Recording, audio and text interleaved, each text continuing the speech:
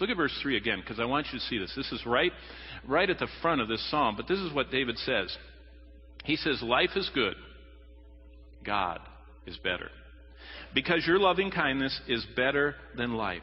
Now, the comparative degree means that life is good, but God is better. But he doesn't say life is bad. Life is good. Now, there's something all of us can relate to and decide upon.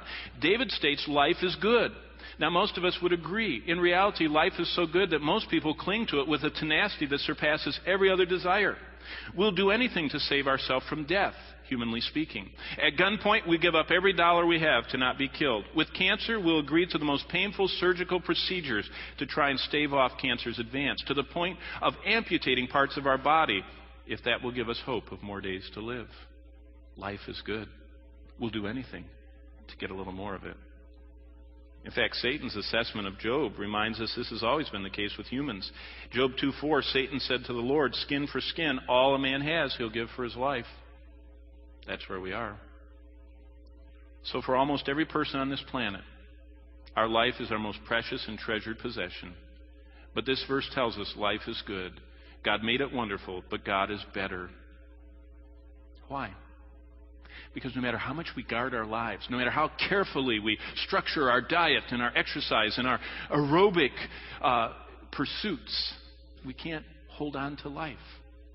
Life is fleeting. But our body will wear out and get ravaged by a disease or trauma. Our life can be lost. Our body will die. Life, as good as it is, will end. But David said God will never end. His love will never fade or get traumatized or diseased. David says God is better because his loving kindness, verse 3, that means his faithful, steady, unwavering love is better than life, which is fleeting. When we stop and think about it, isn't it hard to believe that we neglect and spend so little time cultivating something that's better than life? You can relate to how much we guard our own individual lives. But God is better. But we guard, spend the majority of our time pursuing, protecting, and seeking and prolonging that which is distant second. I encourage you to decide you want to start enjoying God. God offers endless satisfaction, completion on a supreme level for each of us to enjoy and to enlarge on a daily basis. We need to pause and, like David, with our lips, our tongue, our mouth, our mind, and will express how much we want to just enjoy the Lord himself right now.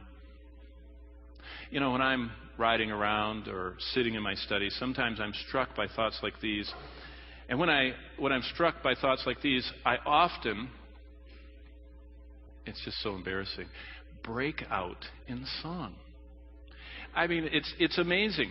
Whether I'm in my study before my Bible or riding in the car listening to the dramatized Bible on my iPod or walking and meditating on my verses, I just right then start singing.